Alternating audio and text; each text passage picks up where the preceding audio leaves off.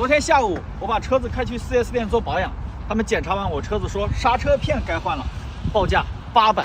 我说800，你还不如去抢。说着我就把车子开走了。今天刚好有空，我就来自己动手更换刹车片。这是我从网上买的刹车片，只花了80块钱。下面我们就来换它，特别简单，注意学，以后去保养你就不会被坑了。先拆掉轮胎。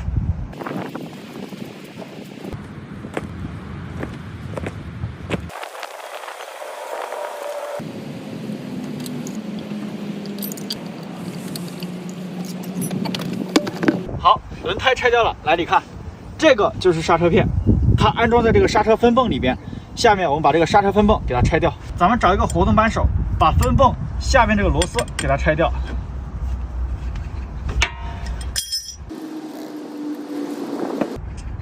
然后来把螺丝起子插进去撬一下，让分泵回位。OK， 再抬起分泵，就可以看到这2块刹车片了。你看，这个是刹车分泵，这个是刹车片，这是刹车盘。刹车分泵咬住刹车片，这个刹车盘就转不动了，松掉就能转动，咬住又转不动了，松掉又能转动。这个呢就是汽车刹车的原理。下面我们把刹车片给它拿出来。OK， 外边这一块拿出来了，把里面这一块也给它拿出来。好，大家看一下啊，这个刹车片其实还不需要更换，至少还能跑5000公里。那怎么判断咱们刹车片是不是需要更换呢？大家看这里有个铁片，当刹车片磨得过薄的时候，铁片的这个位置就会跟刹车盘进行摩擦，发出报警声。当咱们踩刹车的时候，如果能听到刺耳的尖叫声，说明这个刹车片就必须马上更换了，否则会影响刹车性能。接下来安装新的刹车片。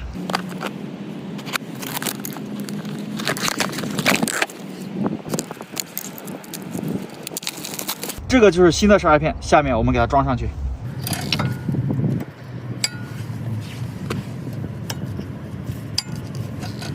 放下分泵，拧上这颗螺丝，再把螺丝打紧。